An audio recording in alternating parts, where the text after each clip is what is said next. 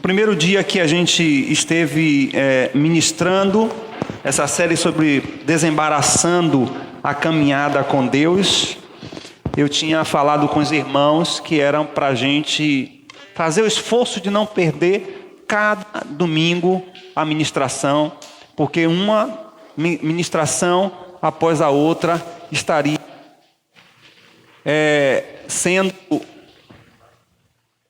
sendo consecutiva e uma tinha conexão com a outra.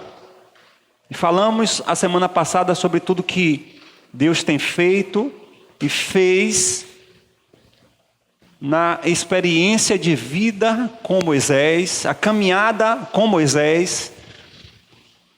Hoje nós queremos falar o que pode estar também impedindo ou embaraçando essa caminhada. E confesso para vocês que a gente pega alguns textos bíblicos que têm uma profundidade, uma abrangência tão grande que a gente fica com dificuldade de resumir, de concluir, de fazer um resumo e ministrar em 1 hora, 40 minutos, 50 minutos, diante de tantas coisas que o Senhor tem nos dado. E essa mensagem de hoje eu concluí, eu acho que botei o relógio para despertar às 5 horas da manhã.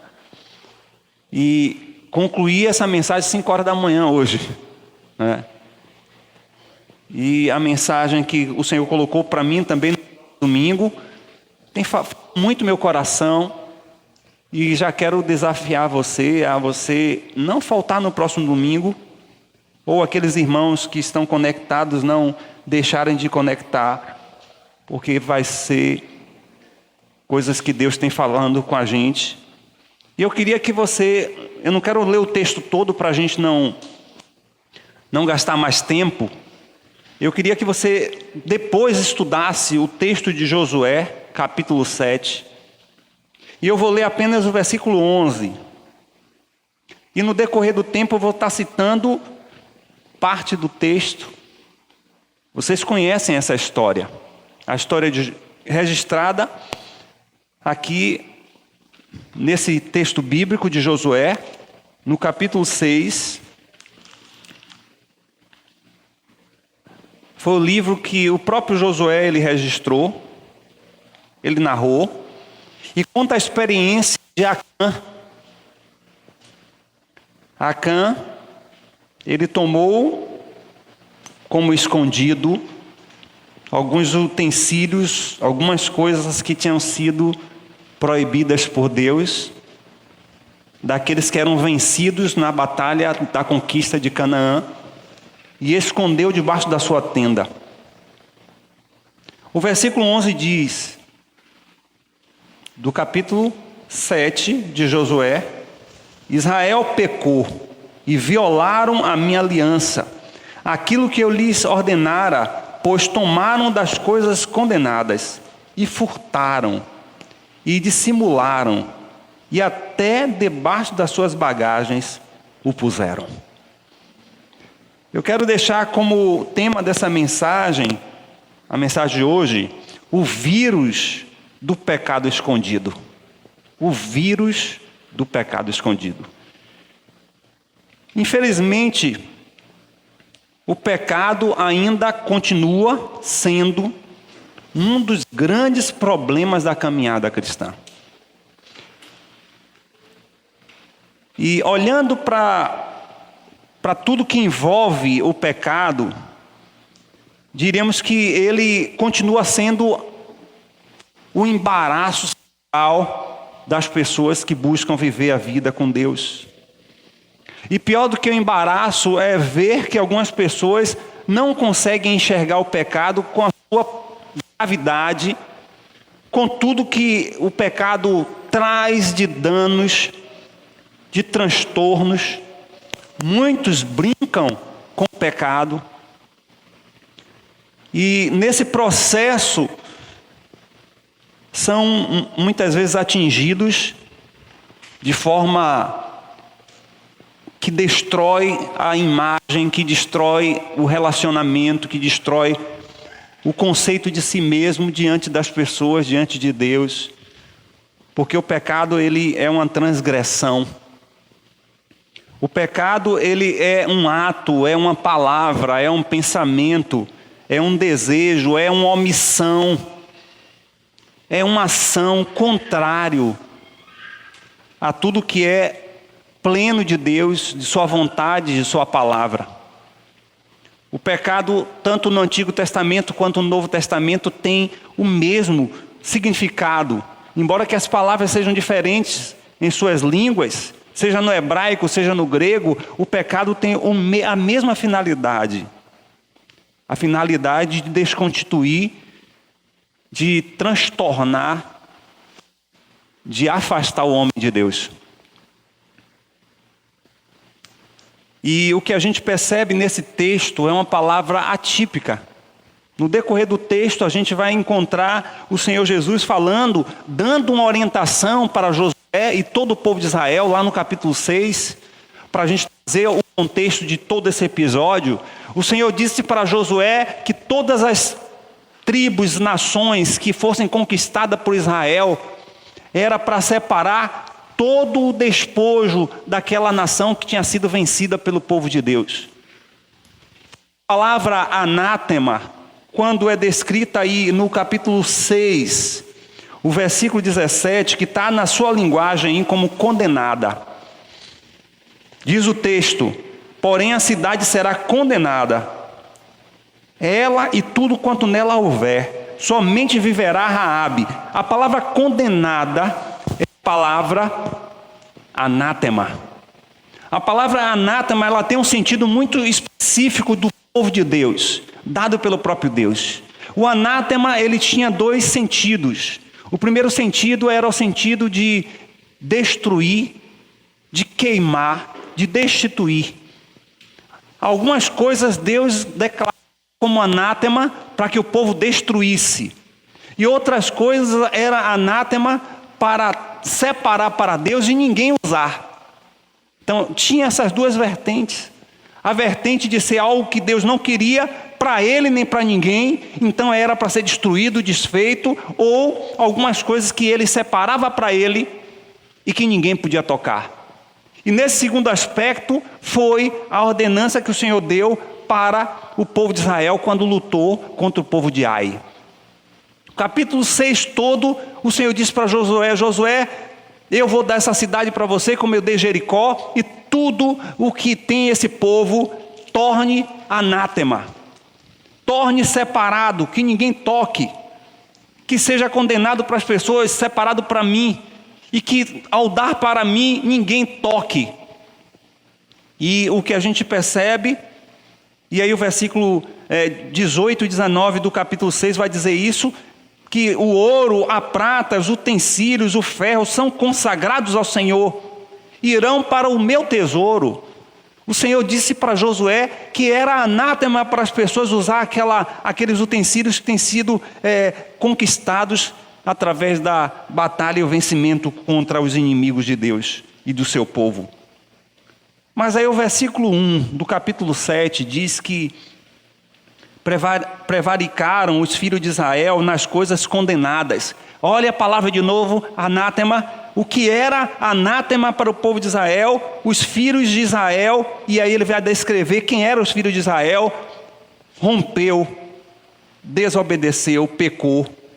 E o texto diz que prevaricaram os filhos de Israel nas coisas condenadas, porque Acã, filho de Carme, filho de Zabdi, filho de Zera, da tribo de Judá, tomou das coisas condenadas. E o que é que acontece? A ira do Senhor se acendeu contra os filhos de Israel. Anátema era separado para Deus. O ouro, a prata, os utensílios, tudo foi separado para Deus, mas Acã pegou, roubou, e o texto vai falar no versículo 11 que ele cobiçou, que ele furtou, ele dissimulou e ele escondeu. São verbos usados por Josué para falar do comportamento e da atitude de Acã. Uma coisa que a gente precisa levar em consideração é que para nós, ou para própria teologia, existe o pecado oculto. Aquele pecado que nós descrevemos como que ninguém soubesse, que ninguém conhecesse, ou que até mesmo nós mesmos nem sabemos que temos. Mas o que a gente vê na luz da Bíblia é que não existe para Deus pecado oculto. Por quê? Porque o Salmo 139, que é um salmo que nós conhecemos, diz: Senhor, Tu me sondas e me conheces, sabes quando me sento e quando me levanto, de longe Você sabe meus pensamentos. Ou seja, para Deus não existe esconderijo, não existe nada encoberto, para Deus tudo é visível. Portanto, a gente pode dizer que pecado oculto é pecado não confesso. Podemos dizer que pecado oculto ou pecado escondido são pecados que estão no silêncio, que nem falamos para os outros, mas que está lá sendo praticado, que está sendo desenvolvido. Pecados encobertos, pecados escondidos, pelo menos diante das pessoas, mas não diante de Deus. E esse é um grande perigo. Uma outra coisa que a gente precisa levar em consideração é que todo pecado, ele tem consequências. E eu quero falar então de pecados, no modo geral, que trazem consequências, mas também eu quero falar do pecado do silêncio, ou o pecado escondido, que trazem mais consequências ainda. E aí a gente vai olhar que o pecado, no modo geral, traz consequências. Olhando para a história de Adão e Eva, no capítulo 3 de Gênesis, nós vamos observar que a primeira coisa que acontece com aquele casal é que eles perdem a retidão e eles perdem a imagem pura de Deus em suas vidas, porque passam agora a estar desfigurados. Eram santos, agora se tornaram pecadores. O pecado também traz como consequência a escravidão. Ele escraviza o homem, de maneira que a pessoa só sabe praticar o que é mal. O pecado traz como consequência também os danos físicos, os danos emocionais e, por fim, a morte. Porque o apóstolo Paulo diz que o salário do pecado, o resultado do pecado é a morte. E diremos que esses 3 pontos, dentre tantos outros, caracterizam o pecado original, o pecado dos nossos primeiros pais. E que trouxeram muitos danos para toda a humanidade. E tudo está centrado, tudo que envolve o pecado na vida da humanidade está centrada no poder que o homem quer ter de ser o centro de todas as coisas. Tudo está em torno disso, do poder, do prazer, da fama, do reconhecimento, da valorização, e tudo em torno da humanidade. Toda a problemática da humanidade está no prazer, na satisfação, na vaidade, no orgulho, do reconhecimento, no envaidecimento do homem. Com Adão e Eva foi assim, com Acã também foi assim, comigo e com você também tem sido assim. Tudo está em torno de nós. Acã aqui é apenas um recorte da humanidade. Uma humanidade egoísta, uma humanidade desobediente, uma humanidade destituída, uma humanidade que só inclina-se para o mal e para o erro. Mas existem danos terríveis. E o que o texto deixa claro para a gente é que muitas vezes esses pecados que cometemos não têm apenas uma abrangência para a minha vida, mas são pecados que dentro da teologia nós chamamos de pecados cooperativos, participativos, auxiliados. Por quê? Porque não envolve apenas a minha vida, mas a consequência vem para a vida dos outros. E o texto diz, no versículo 1 que nós lemos do capítulo 7, que Acã pecou, mas lá no final diz o texto, no versículo 1, que a ira do Senhor se acendeu contra Acã. A ira do Senhor se acendeu contra os filhos de Israel. Mas foi Acã que cometeu o dano, foi Acã que cometeu a transgressão, mas ali há um pecado associativo. De maneira que O próprio apóstolo Paulo também escrevendo, falando sobre o pecado no capítulo 3, ele diz que todos pecaram e constituídos são da glória de Deus. Por conta de um, toda a espécie é pecadora. E o pecado traz consequências terríveis. E o pior é que nós estamos vivendo dias em que algumas pessoas estão comprometidas com a prática do pecado. Elas buscam, elas já estão tão envolvidas, estão tão comprometidas, se naturalizou de tal forma essa prática pecaminosa que elas não se sentem mais obrigadas a resistir. Cedeu. E estão brincando com o pecado. Estão brincando com aquilo que é o maior dano na humanidade. Mas eu também penso que há uma particularidade no pecado oculto, no pecado silencioso, no pecado escondido. E ele traz consequências específicas. E o que eu quero pensar com vocês aqui é a gravidade do pecado escondido, ver vários exemplos à luz da Bíblia que nós vamos aqui citar e fazer um estudo de caso de Acã. Que nesse episódio é o personagem que nos representa e representa toda a humanidade. Seguindo alguns exemplos bíblicos, nós vamos encontrar Adão, que ao pecar se esconde.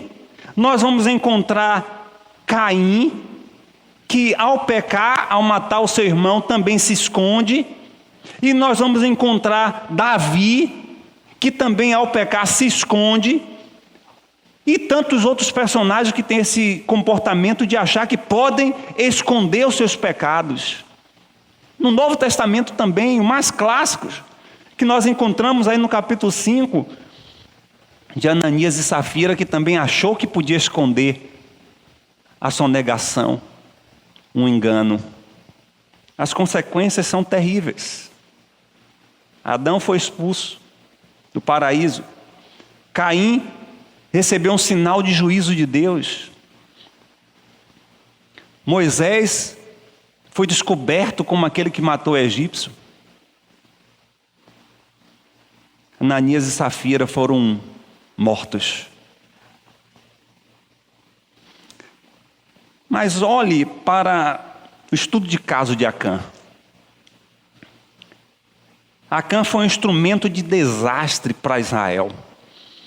Israel, de forma maravilhosa, consegue destruir uma superpotência que era a cidade de Jericó. E a cidade de Ai é uma cidade insignificante, que não expressava nenhuma ameaça para o povo de Israel. Portanto, o povo de Israel cai em vergonha. É perseguido pelo povo de Ai. 26 judeus foram mortos. O nome do Senhor Jesus foi envergonhado diante daquela cidade por conta de um homem. Por conta de um pecado escondido. Por conta de um comportamento transgressor. E aí a primeira coisa que nós vamos encontrar aí no versículo 21 do capítulo 7, é a primeira coisa que, olhando para o estudo de Acã, nós vamos encontrar o pecado escondido, ele cega a pessoa.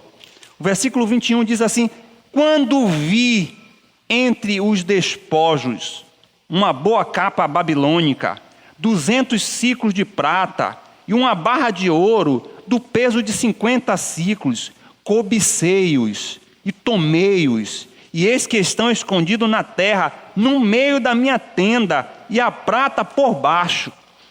Engraçado que ele teve a visão para enxergar aquilo que era anátema, aquilo que não era aceitável, e ele não teve visão para obedecer o mandato de Deus. O pecado oculto, ele cega de tal maneira que para o transgressor, ele torna inclusive um senso de imunidade.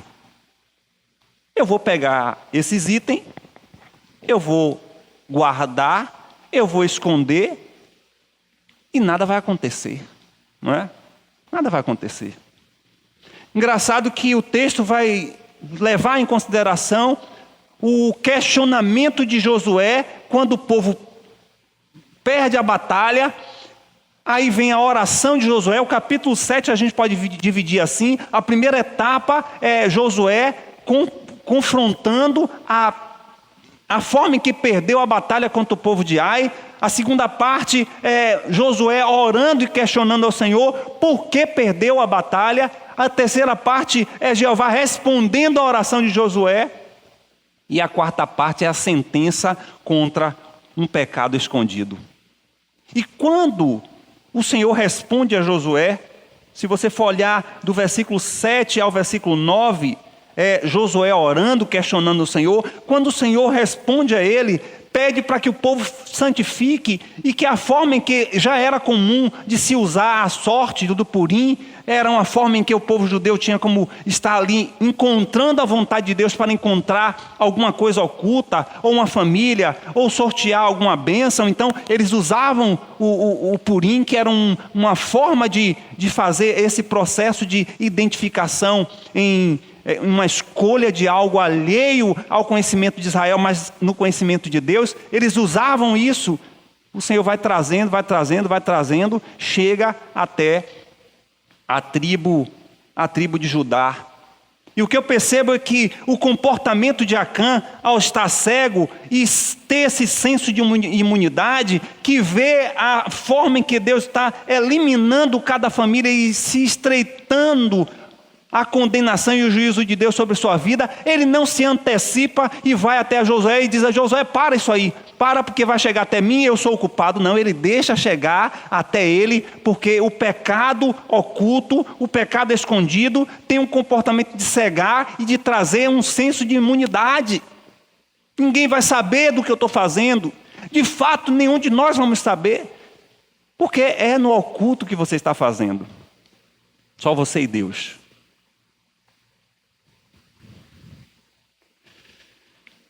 O pecado cega. E o pecado, quando cega, traz senso de imunidade, mas também traz um senso de descrença na ordem de Deus. Foi claro, é anátema. Não fiquem com nada. Mas quando Acã viu, cobiçou e pegou para si. E os danos foram terríveis. Porque o pecado nada mais é do que afrontar Deus. Afrontar Deus. E o pecado oculto, ele tem essa gravidade, ou aumento dessa gravidade, porque quando nós estamos escondendo um pecado, a gente está entendendo e está compreendendo, achando que Deus não sabe. Então é agravante. Um pecado que não é confesso, um pecado que é escondido, um pecado que é velado, é um pecado que afronta a soberania de Deus, o seu autoconhecimento sobre todas as coisas.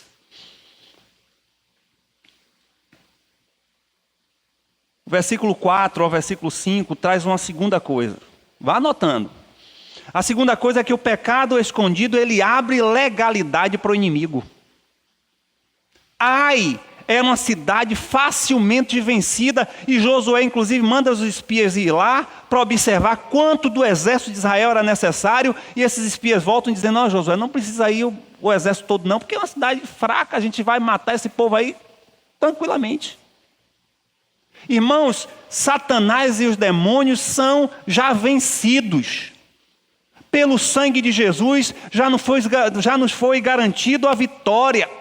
Nós temos que prevalecer contra o mundo das trevas, mas o pecado que muitas vezes a gente comete e pratica e esconde, legaliza o poder do diabo nos oprimir. Porque você não está confessando. Se não é confesso, automaticamente dá legalidade para ele acusar, para ele oprimir, para ele adoecer. E tudo que ele é capaz de fazer, porque isso é o seu ministério. O versículo 4 diz: eles fugiram, assim subiram lá do povo cerca de 3.000 homens. Ora, foram 3.000 homens, poucos soldados. os quais fugiram diante dos homens de Ai. E os homens de Ai mataram deles cerca de 36. E havendo perseguido desde a porta até Sebarim, bateram na descida e o coração do povo se derreteu. Ou seja, eles botaram os soldados de Ai, botaram o povo de Israel para correr, amedrontados.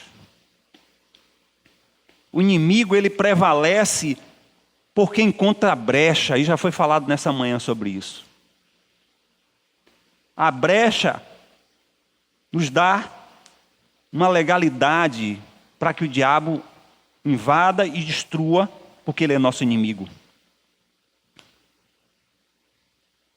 Muitas vezes a brecha vem com a ação de Satanás para trazer cansaço, desgaste, desânimo, desejo de desistir.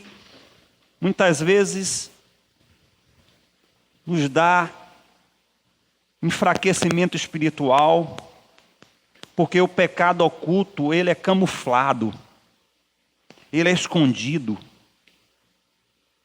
e ele não surge de uma hora para outra, ele se constitui na sua prática. Não foi uma coisa que ele viu e pegou, foi uma coisa que ele viu, ele cobiçou, ele roubou e ele escondeu. Ele poderia até ver, repreendia. Ele poderia até ver e pegar e se arrepender. Mas ele foi dando volume ao pecado. Porque um abismo chama outro abismo. Um pecado chama outro pecado. Porque o desejo é a carne nos levar para o caos.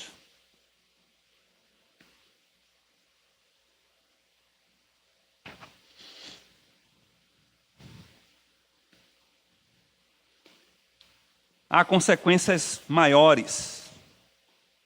E eu quero dar uma pausa para falar de consequências pessoais. Bota aí entre parênteses, nesse esboço de vocês, consequências pessoais. Consequências que trouxeram para Acã. Depois nós vamos falar mais de consequências que vai envolver Israel. Com Acã, o pecado trouxe danos na alma e no corpo e no espírito dele. O texto diz no versículo 1, o versículo 7 diz assim, o versículo 20 diz assim: respondeu Acã a Josué, verdadeiramente eu pequei contra o Senhor Deus de Israel, e eis o que eu fiz. E ele começa a dizer o que ele fez, porque o seu coração já estava completamente ferido, dilacerado, destruído, porque o diabo havia agido ali em sua vida através daquele pecado que ele estava escondendo. Acã compreendeu conscientemente dos danos que ele causou para Israel, os danos que ele causou para sua família e os danos que ele causou para ele mesmo.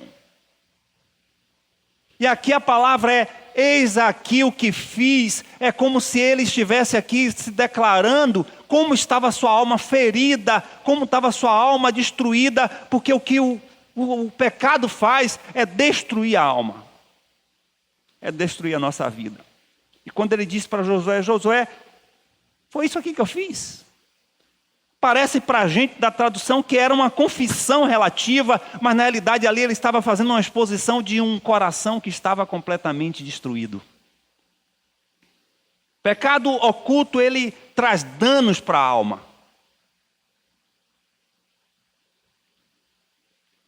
Joyce Meyer, ela no livro Campo de Batalha da Mente, Vencendo a Batalha em Sua Mente, ela diz que Satanás tenta estabelecer fortalezas em nossa mente mediante uma estratégia cuidadosa e engano astuto.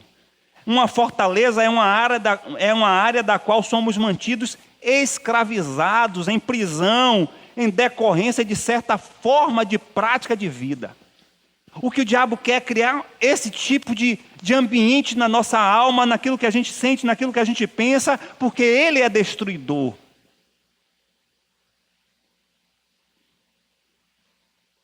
O pecado, segundo ponto, vai levar você mais longe do que você quer ir. O versículo 18 diz assim: fiquem longe das coisas consagradas, não se apossem de nenhuma delas, para que não sejam destruídos. Essa foi a mensagem do Senhor, esse foi o limite que Deus colocou para que não avançasse, mas a prática do pecado leva o indivíduo a ir além da mensagem de Deus, a ir além da obediência à vontade de Deus, além da mensagem de Deus, e faz aquilo que é transgressão. E o pecado oculto, ele tem essa capacidade de cooperar para esse nível de mais e mais querermos estar distante da vontade de Deus. Não pegue. Mas ele pegou, ele ainda escondeu. O pecado oculto, terceiro ponto. O pecado oculto vai reter você mais tempo do que você quer ficar. Isso não foi algo imediato, como eu já disse, foi algo pensado, foi algo maquinado, foi algo que foi estabelecido ao ponto de ele pensar diante do próprio temor de Deus que baixava e fluía sobre o povo de Israel. Ele não houve nenhum temor, ele pensou estrategicamente onde eu vou colocar, de maneira que ninguém saiba, nem Deus possa mostrar. E infelizmente ele estava enganado, como muitos de nós nos enganamos achando que podemos esconder pecados de Deus.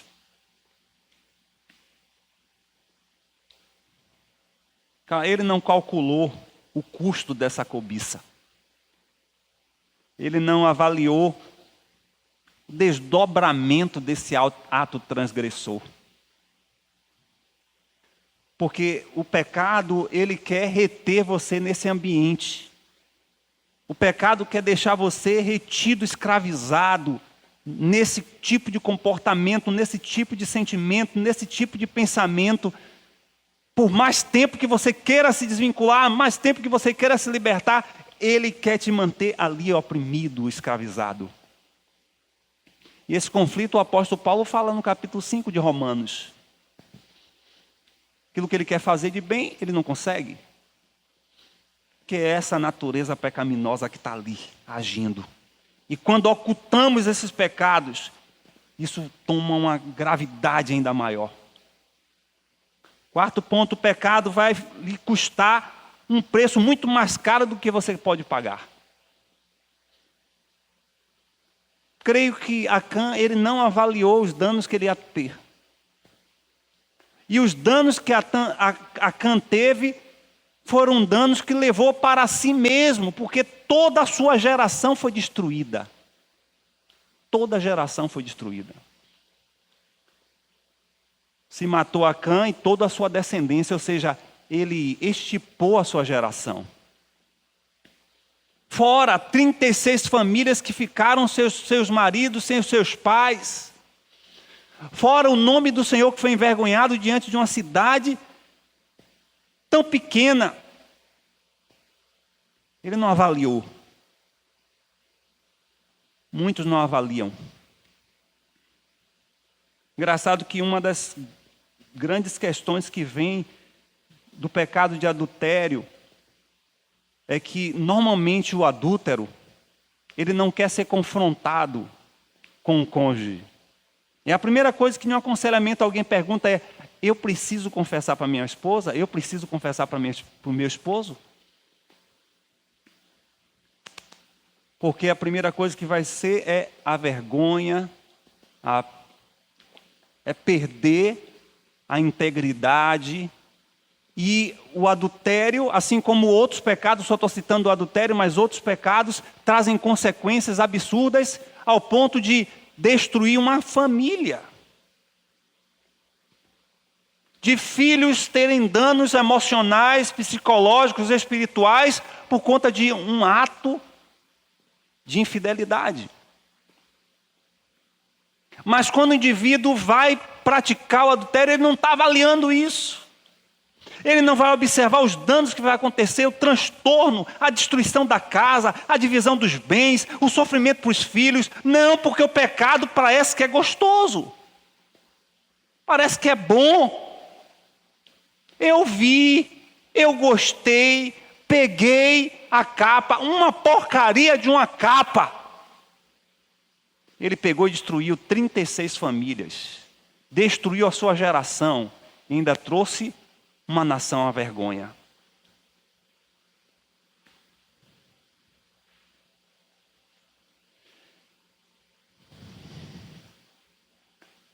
Mas traz danos também corporativos. E o primeiro sentimento que nós temos que ter é aquilo que Paulo diz em Coríntios capítulo 12, quando fala sobre o corpo, ele diz que quando um membro está doente, todo o corpo sente. Isso fala da inter-relação que existe entre nós. Portanto, se um crente está doente, afeta todo o corpo. Se um crente está vivendo em prática de pecado, afeta todo o corpo. E muitas vezes não questionamos, ou muitas vezes não entendemos porque as coisas não funcionam. Porque muitas vezes existem pecados ocultos que eu não sei, que os irmãos não sabem, mas que Deus sabe. Essa manhã é mais uma oportunidade de nós estarmos, irmãos, avaliando e revisitando a nossa vida, porque pode ser que determinadas práticas das quais nós estamos vivendo está afetando a sua família, está afetando esta igreja, está afetando inclusive a nossa nação, com práticas nossas ocultas, escondidas, silenciosas. Estamos prejudicando uma série de pessoas. E nesse princípio de entender que muitas vezes a sua vida afeta a vida do coletivo, e que muitas vezes a gente não se atenta para isso, e eu volto a repetir a questão do adultério, o adúltero nunca vai avaliar o dano que vai causar na vida do outro, porque o que importa para ele é o prazer de estar ali praticando uma relação ilícita. Primeira coisa que nós vamos observar é que no coletivo, o pecado escondido, ele traz transtornos ao ponto de gerar um comportamento de tolerância, naturalidade nos outros. O que é isso? Se não há uma prática de juízo de Deus, se não há uma intervenção do Senhor de forma radical para com o pecado, porque para Deus, pecado se age com radicalismo, ia virar isso uma procedência, irmão.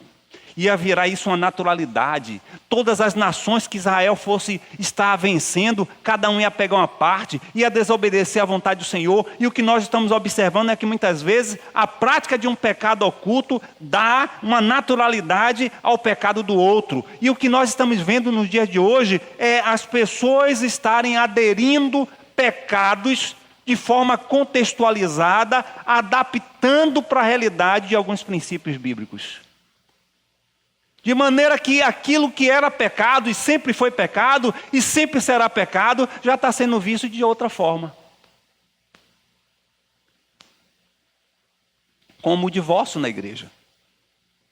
Tem determinadas igrejas que a gente não pode falar de divórcio, porque do pastor a todos os membros da igreja, todo mundo se divorciando, né? Terceiro, quarto, quinto casamento. Por quê? Porque estão contextualizando distorcidamente a palavra de Deus, dizendo o importante que Deus quer é que você seja feliz. O importante é que você ame o outro. E se você não está se dando bem com essa pessoa, se separa, porque Deus quer o melhor para os dois.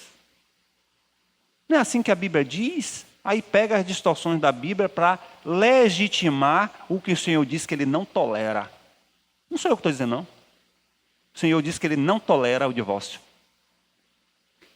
Meu professor, Armando Fredidos, era um alemão, professor de homilética, ele dizia assim, que Deus era traumatizado com o divórcio com Israel.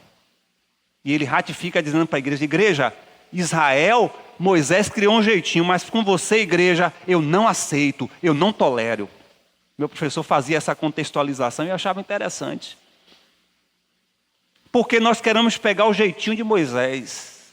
Ah, mas o Moisés, né, pela dureza do povo, criou uma alternativa, mas existe uma palavra para o Senhor quando Ele diz que Ele não tolera o divórcio. E aí as pessoas estão naturalizando o pecado. Olha o que eu fiz, Josué. Olha o que eu fiz. Irmãos, se você for olhar, depois ler esse texto, os irmãos também que estão em casa, outros que vão ouvir essa mensagem depois, lê o texto, vocês vão observar que parece que Acã vê a prática que ele fez como uma coisa trivial, natural. É como se ele dissesse para Josué, Josué, foi isso aqui que eu fiz. Essa besteirinha, foi uma capinha de nada. O que é 400 gramas de ouro? Não, Deus tem tanta coisa, Deus é o dono do ouro, da prata. Isso aí não é nada. Tentando trazer uma naturalidade a uma sentença de transgressão contra a vontade de Deus.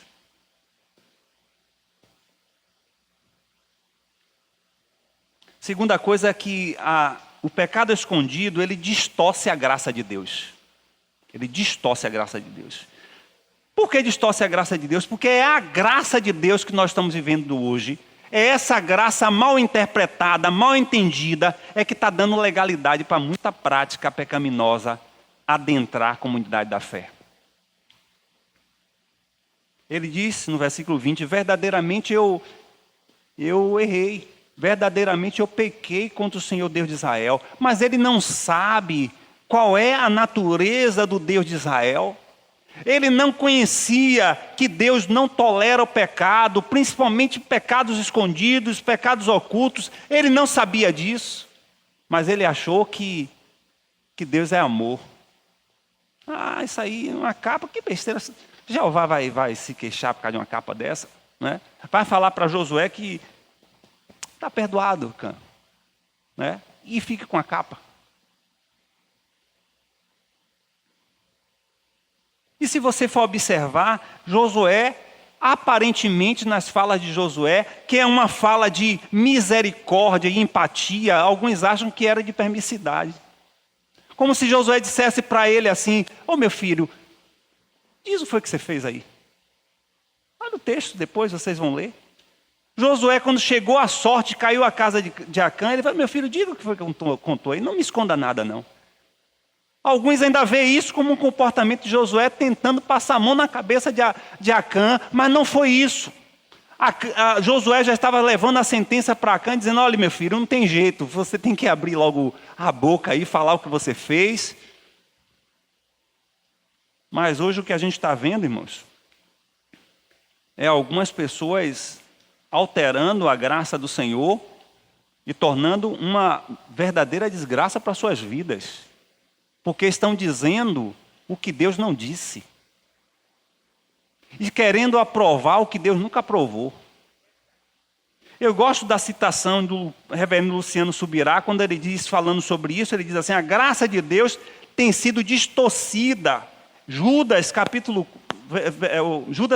4, diz, aqueles que estão transformando a graça de Deus em libertinagem, alguns estão entendendo o favor imerecido de Deus, começaram a tratar da graça como uma permissão para pecar e não uma capacitação, ou empoderando divinamente para não obedecer. Ou seja, o que o pessoal está fazendo hoje é pegando a graça do Senhor e dizendo, não, meu irmão, isso aí, você fez isso aí, mas Deus perdoa. Não faça isso não. Não fique assim achando que não tem jeito para você não. Isso aí, meu irmão, Deus sabe quem você é. Deus compreende, Deus sabe. Olha, quando Ele te chamou, Ele sabe quem você é. Sabe das suas fraquezas. Ele sabe mesmo. Mas o saber de Deus é para nos constranger. É para nos restaurar. É para nos corrigir. Não para legitimar permanecermos em pecado. E hoje as pessoas não querem ser confrontadas com o pecado, porque diz que é julgamento.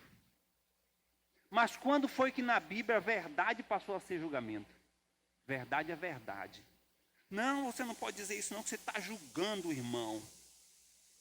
Julgando? quando a Bíblia diz que é pecado, é julgamento. Estamos criando artifícios tantos para nos mantermos e mantermos o outro no pecado. Pecado escondido é um vírus mortal. O versículo 1 diz que eles cometeram uma transgressão. É a palavra que é usada no hebraico. Prevaricaram. Eles transgrediram, eles ofenderam, eles macularam a glória de Deus. E como um vírus, ele precisa ser chipado. Ele precisa ser eliminado.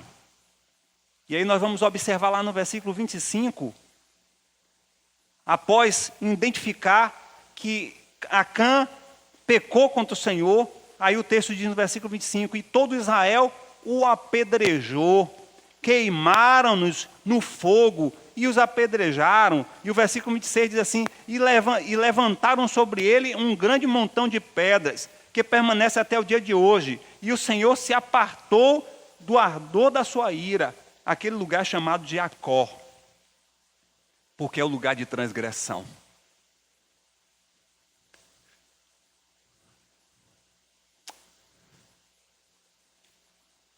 O pecado infectou Acã e disseminou para sua família e para toda a nação de Israel. Se a gente for olhar o pecado nessa perspectiva, nós vamos ter mais cuidado, mais vigilância. Teremos um comportamento mais radical, porque vamos saber que esses danos não vão ser causados apenas na minha vida, na vida da minha família, na vida da minha geração, na vida da minha congregação, na vida do meu país. Porque muitas vezes prática de pecados que a gente está fazendo compromete a nossa futura geração de filhos e filhas.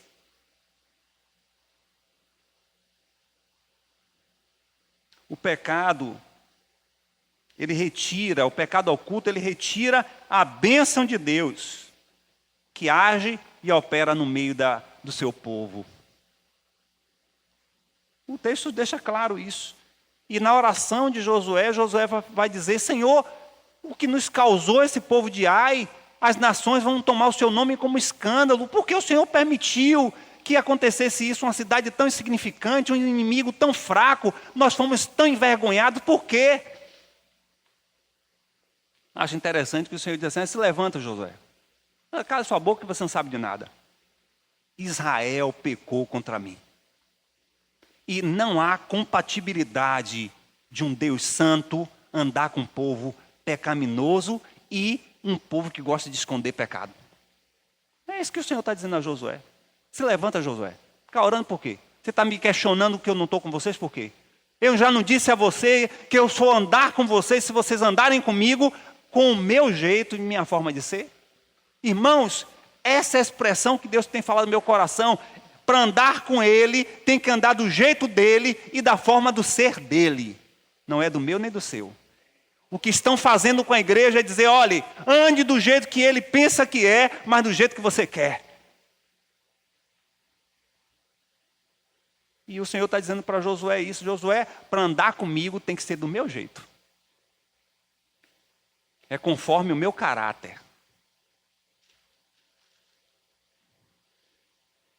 Pecado oculto, ele nos leva para o pecado da solidão.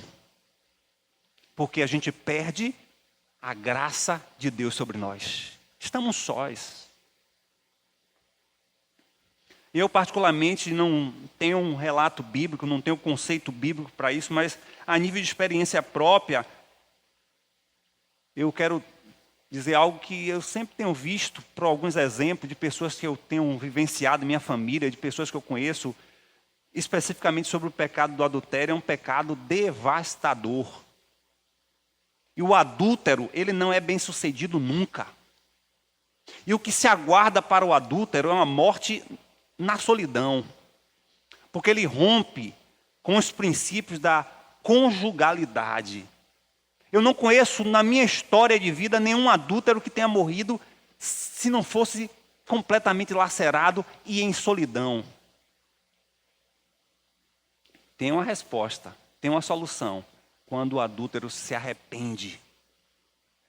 Deixa, Deus cura. Mas adúlteros que não são arrependidos morrem sozinhos. Eu posso citar vários casos de pessoas que eu já acompanhei, que eu já vi. Não tem sucesso. Não tem sucesso.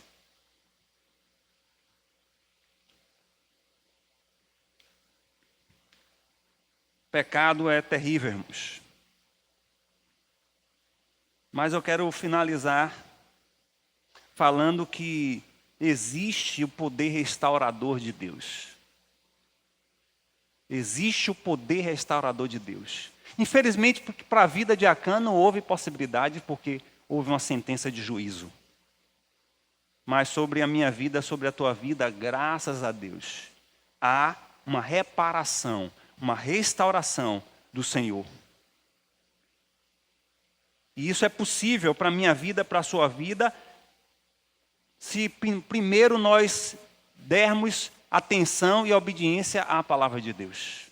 Tudo parte do princípio da palavra de Deus. Se atentarmos para o que a palavra diz, para tudo que ela nos desafia para vivermos, porque a palavra é Deus dizendo quem Ele é e como Ele age e como Ele quer que a gente ande com Ele. A palavra está lá. É o primeiro ponto da importância e obediência a essa palavra. Nós vamos vencer pecados escondidos, ocultos, se nós dermos atenção para a palavra e obedecermos. Segundo ponto, é a gente parar de enganar a nós mesmos achando que o pecado está escondido, que ninguém vê.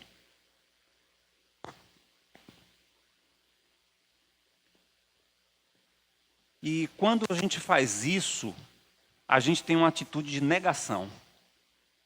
Ao ponto que a prática do pecado torna-se tão natural que a gente nem reconhece mais que é pecado. Não está assim? Tem gente que está pecando que nem reconhece mais. Não se vê mais como pecador. Não se vê que aquela prática que está fazendo é pecado. Está se enganando. Está se enganando. Porque o pecado é uma transgressão contra Deus. É e sempre será. Terceira coisa que nós precisamos fazer, além de a gente obedecer, além de a gente se voltar para a palavra, de a gente compreender e reconhecer e sair desse engano achando que pecado oculto ou qualquer outro tipo de pecado o Senhor não está vendo. A terceira coisa que nós precisamos fazer é nos arrependermos. Só que arrependimento não é uma ação passiva. Aquela coisa de achar que, eu já reconheci que eu errei, e aí? E eu pego sempre, por exemplo, a experiência do jovem rico. Não, do jovem rico não, do filho pródigo. O filho pródigo sai e faz toda aquela coisa de transgressão contra Deus e ele, em determinado momento, a Bíblia diz que ele cai em si. Cai em si é ter reconhecimento, é ter consciência de que errou. Mas ele não ficou só naquilo. É o mesmo comparativo que a gente pode fazer com relação a Judas e Pedro. Judas reconheceu que ele vendeu a indicação do Messias. E ficou triste. E ficou abatido, mas só ficou nisso. Pedro não. Pedro viu que ele negou, viu que ele contrariou aquilo que o Senhor havia dito, mas ele, ao ser confrontado pela verdade do Senhor, diz assim: Senhor, não adianta eu ficar dizendo ao Senhor que eu te amo, porque o Senhor sabe. Conversão. O Senhor sabe. Tem muita gente que sabe, que conhece, que tem consciência de que está pecando. É o primeiro passo do arrependimento, mas o segundo passo é o passo da confissão. Eu preciso confessar.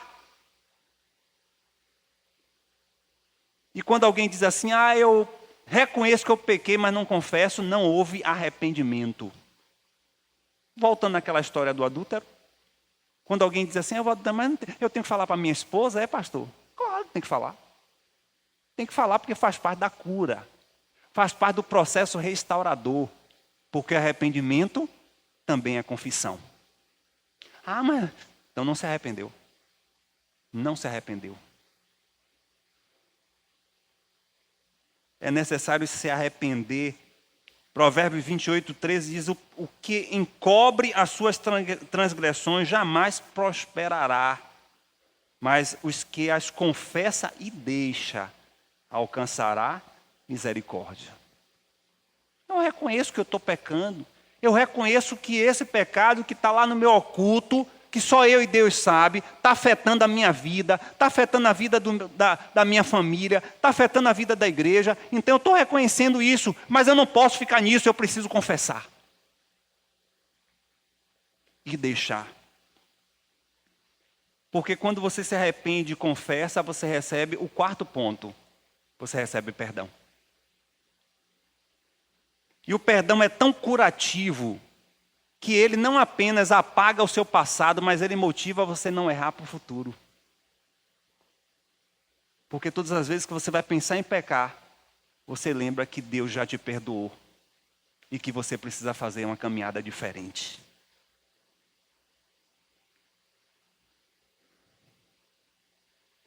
São inúmeros fatores benéficos do perdão. Perdão cura a alma. Perdão traz saúde física. Tem alguns pesquisadores que relacionam o câncer com a falta de perdão. Não sei cientificamente se tem hoje uma comprovação, mas eu acho que tem alguma coisa aí que bate. O perdão melhora o nosso humor. O perdão potencializa a nossa identidade. Porque quem está na prática do pecado só se reconhece como um imerecedor da graça de Deus. Mas quando o perdão chega, a imagem da pessoa é que Deus o acolheu. E aí eu quero dar 2 dicas práticas para os irmãos. A primeira dica é, se você não consegue se desvincular desse pecado, e que reconheceu todo esse processo que ele tem causado, mas não está tendo forças, procure alguém maduro, espiritualmente saudável. Volto a falar. Procure alguém maduro e saudável espiritualmente para te ajudar a vencer esse pecado. Eu poderia e deveria dizer, irmãos, procure um irmão da igreja, uma irmã, mas já não posso falar isso. Porque nem todos têm maturidade. Nem todos são genuinamente irmãos na fé, salvos e resgatados pelo sangue de Jesus. Então eu procuro quem é aquele que tem maturidade e espiritualmente saudável. Procure e confesse, peça ajuda. Ah, mas não vai falar porque essa pessoa é madura. A pessoa tem discrição.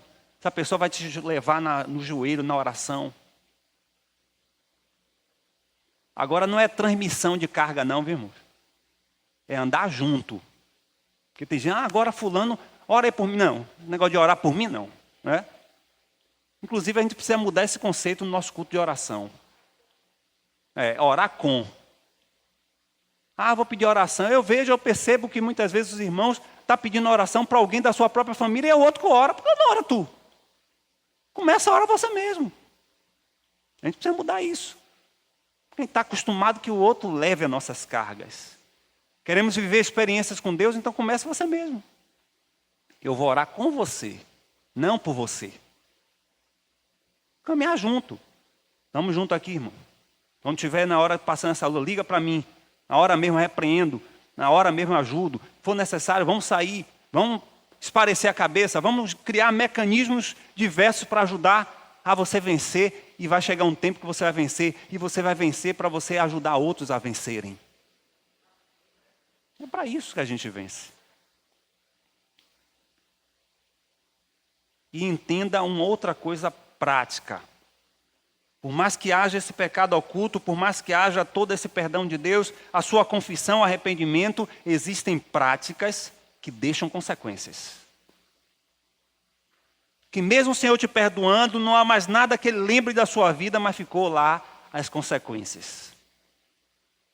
Porque ninguém vai restaurar as 36 famílias que morreram por conta do pecado de Acã. Ninguém pode restaurar a própria família dele, porque ele foi tão insano que o pecado ele nem levou para a tenda do outro, ele levou para a tenda da sua casa. E o que acontece? Olha lá o que diz o versículo 20. O versículo 24. Então Josué e todo Israel com ele tomaram Acã, filho de Zerá, a prata, a capa, a cunha do ouro, seus filhos, suas filhas, seus bens. Ou seja, a consequência veio para toda a família. Ele acabou com a família dele. Ele acabou com a família, ele acabou com os bens, ele acabou com a identidade dele, ele acabou com a história de vida. Mas o Senhor perdoou. Portanto, a gente tem que pensar muito bem com as práticas de pecado que a gente quer alimentar. Existem consequências. E consequências não só para você. Muitas vezes, consequência para a igreja. A gente não entende, não é? E eu me coloquei, irmãos, muito sem pré-julgamento, mas com olhar geral, eu me coloquei muito assim na condição de Josué. Senhor, o que está acontecendo que a gente está perdendo a batalha? Tem alguma coisa em mim? Eu acho que Josué deve ter questionado e foi para o Senhor em oração, e eu tenho feito essa oração também. Senhor, será que alguma coisa eu estou errado? Me mostra aí, porque eu não estou enxergando. Eu estou buscando a sua presença, eu estou buscando o Senhor, mas essa cidade, esses inimigos tão fracos estão nos destruindo. Coisas tão fracas, tão insignificantes, está abalando muitas vezes a vida da nossa igreja, e eu como líder me questiono, como Josué questionou, Senhor, o que foi que aconteceu? O Senhor não tem vergonha? O que está acontecendo? Quem sabe o Senhor hoje esteja respondendo, Neto, se levanta, tem pecado oculto aí. Quem sabe? Quem sabe não tem coisas escondidas? Eu não sei.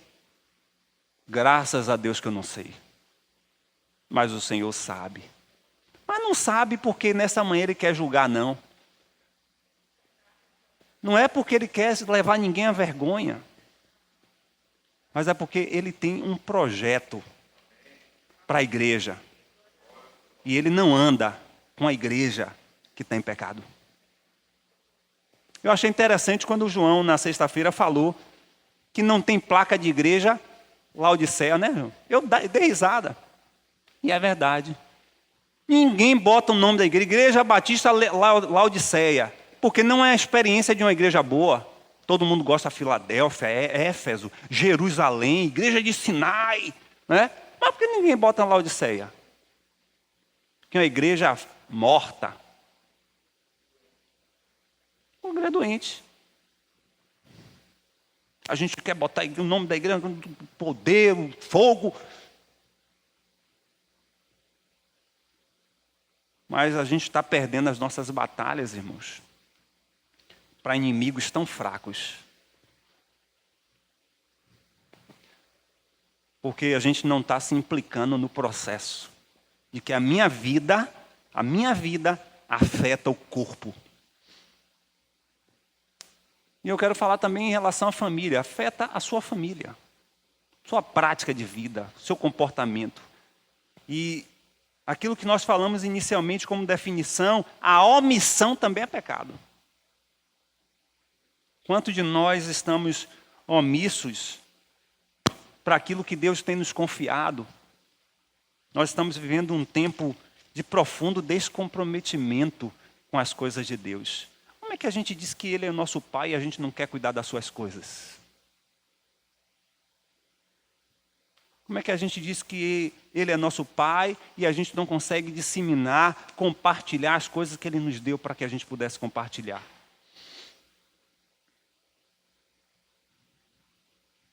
Enquanto nós estamos aqui livremente adorando, celebrando, existem inúmeros irmãos nossos que foram nesta manhã, nesse momento, nesse instante, estão sendo presos porque estão pregando o nome do nosso Pai, ou pelo menos deveria ser.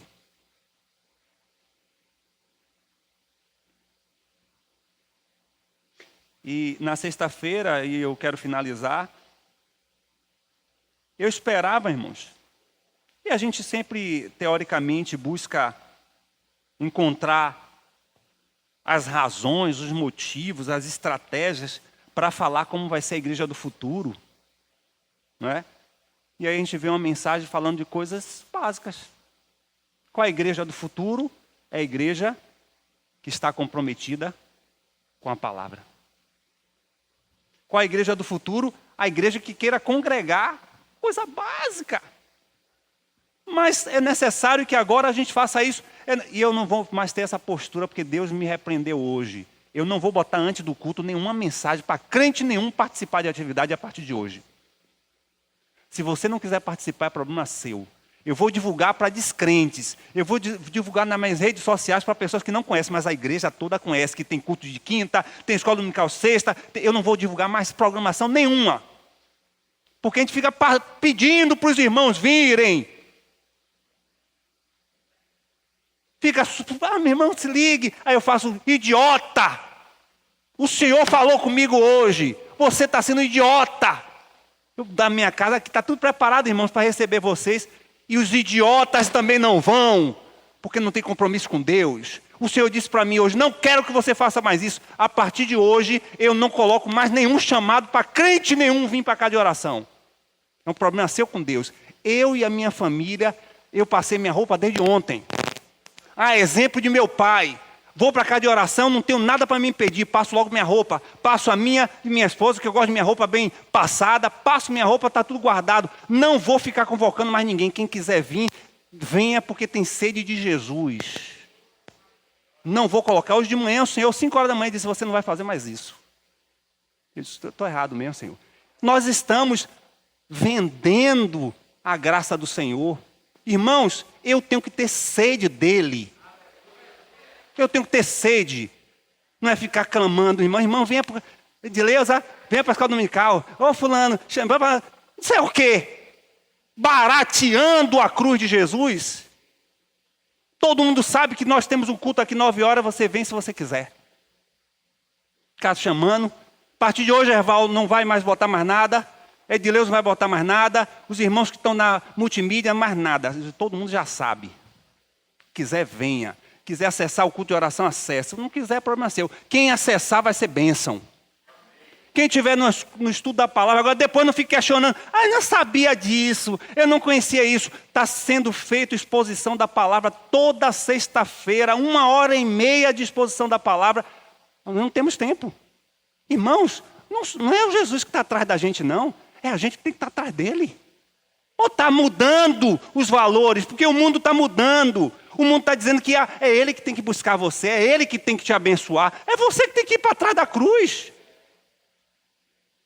A gente está assim, barateando. Hoje de manhã a gente estava falando sobre a necessidade de falar para a igreja sobre missões. A gente está no céu, irmãos. A gente tem de tudo. Tem palavra, tem culto, tem celebração, tem ambiente agradável. A gente tem a comunhão dos irmãos. A gente não quer usufruir porque a gente não quer. Porque nós somos carnais. Porque o pobre do Tiago vai lá para o meio da tribo indígena. Como eu já falei aqui, eu vou colocar ele aqui para, ao vivo, falar para os irmãos o que é ficar 30 dias dentro de uma tribo, comendo jacaré, jiboia, sem água encanada, sem vaso sanitário, sem ar-condicionado, sem nada, porque ele quer pregar o evangelho para os indígenas. Eu tenho tudo e fico, meu irmão, venha para o culto. Meu irmão, tem que ficar ligando. Faça uma convocação, uns irmãos chame o outro. Peraí, acabou com isso. Acabou com isso. Se você não quer participar, é problema seu. Mas a Bíblia diz que o que é dado será cobrado. O que é dado será cobrado.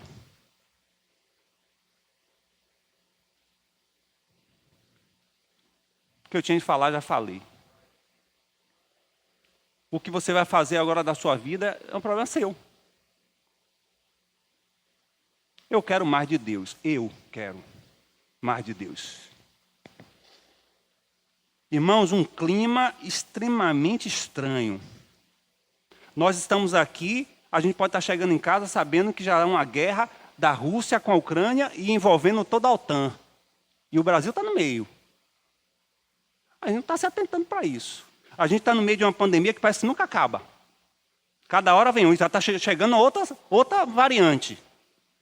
A vacina é 1, é 2, é 3, é 4, já está a quinta.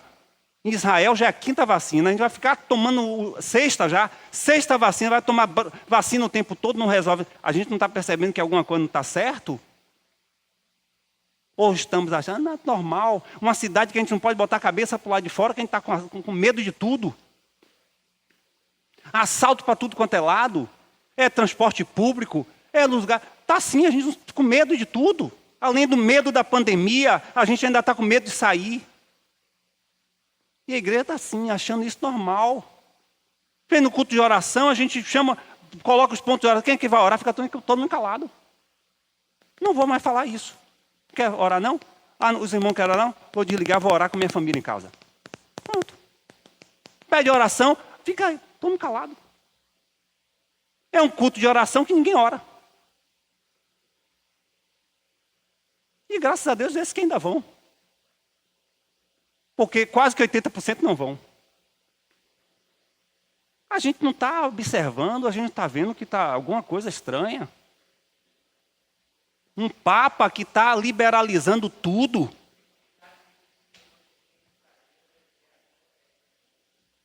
É isso. A gente não está observando que são sinais. Cada trovoada, cada raio, um calor insuportável. Chove demais em alguns lugares, seca demais no outro. Um frio, um gelo insuportável em alguns lugares. Que em 50 anos nunca aconteceu e a gente está achando que isso é normal, é fenômeno da natureza. A gente prega, a gente ensina, a gente fala, vem gente de perto, vem gente de longe, profetiza, ensina e a igreja está assim, parecendo que está mil maravilhas. Eu acordo, povo. Vamos acordar.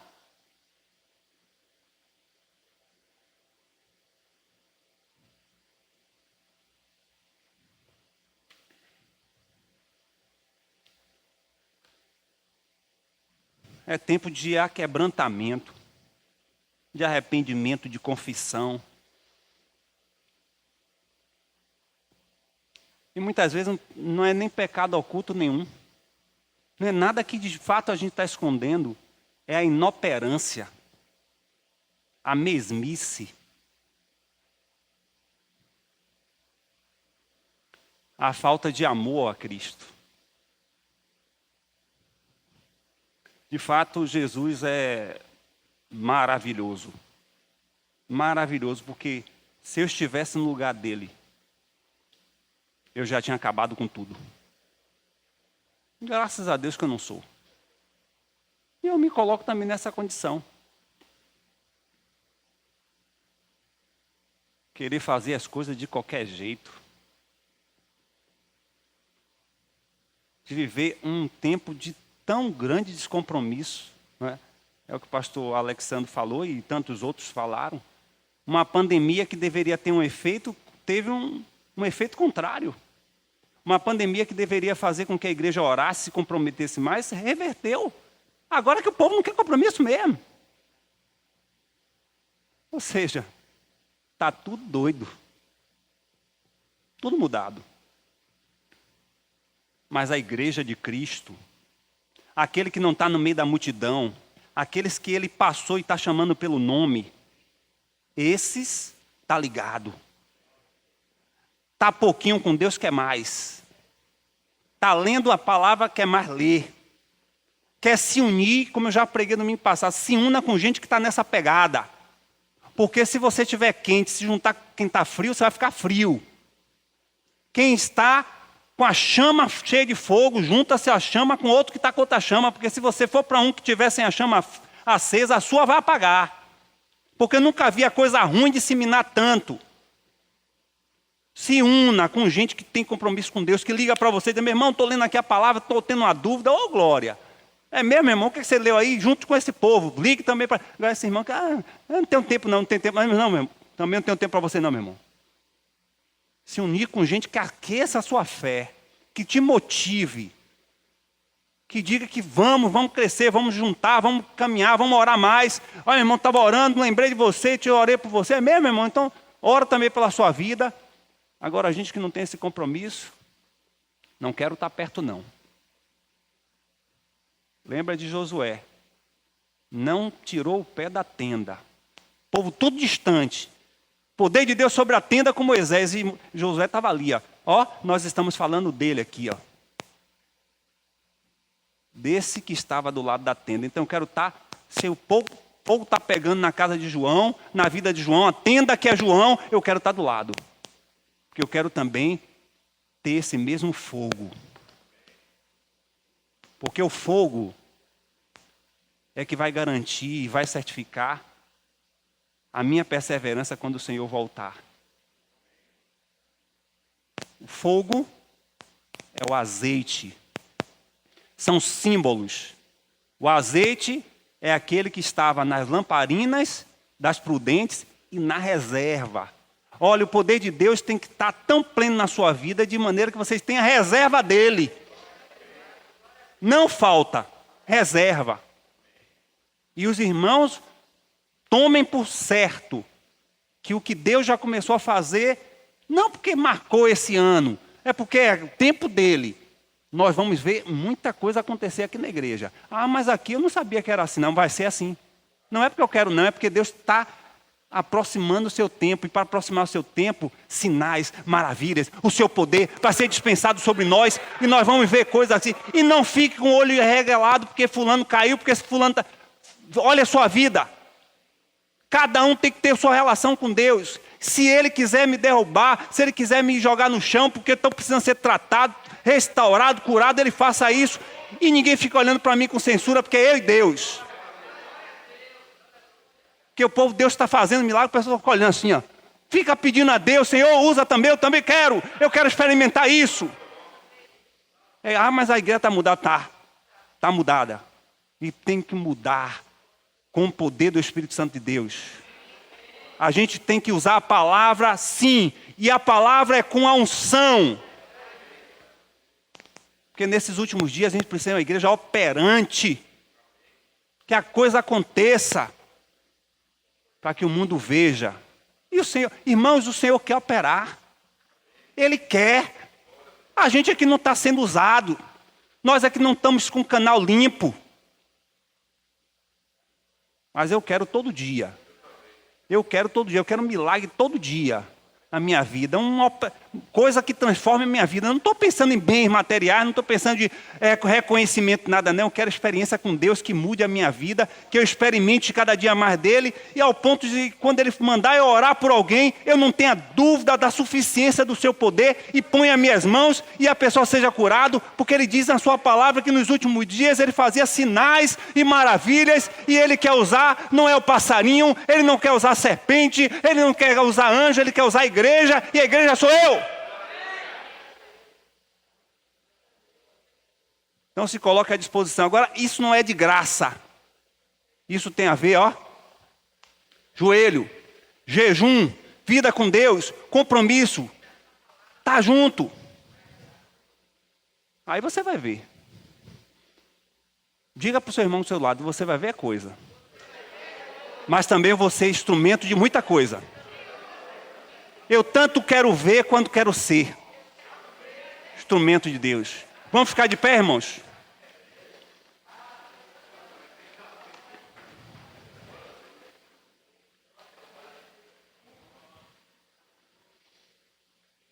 Não quero chamar ninguém aqui à frente. Eu quero que você com Deus.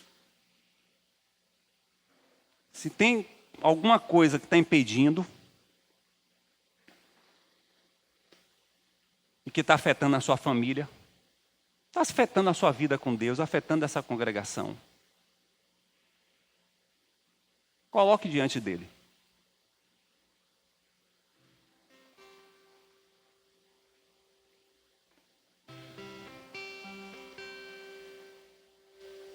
Eu acredito que a gente pode viver mais coisas.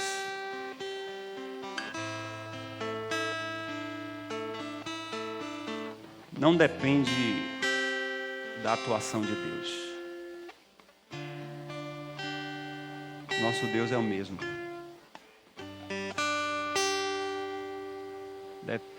Está dependendo da minha vida e do nível de relação que eu quero ter com Ele.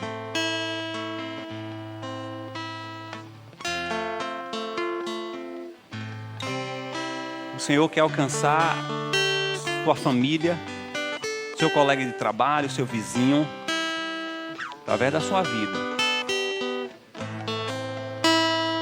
O tempo se chama hoje.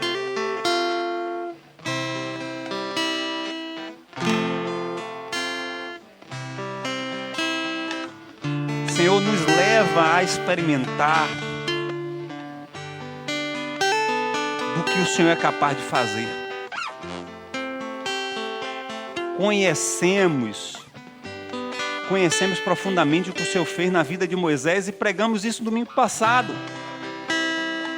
Coisas que o mundo não entende, mas a gente sabe que o Senhor fez.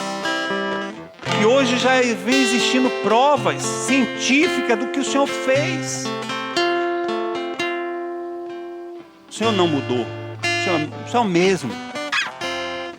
Eu quero viver isso. E eu quero ver a tua igreja também vivendo isso. Pai, o que eu posso fazer nesta manhã é ser o portador da tua palavra, é transmitir essa palavra que é palavra e vida no Senhor.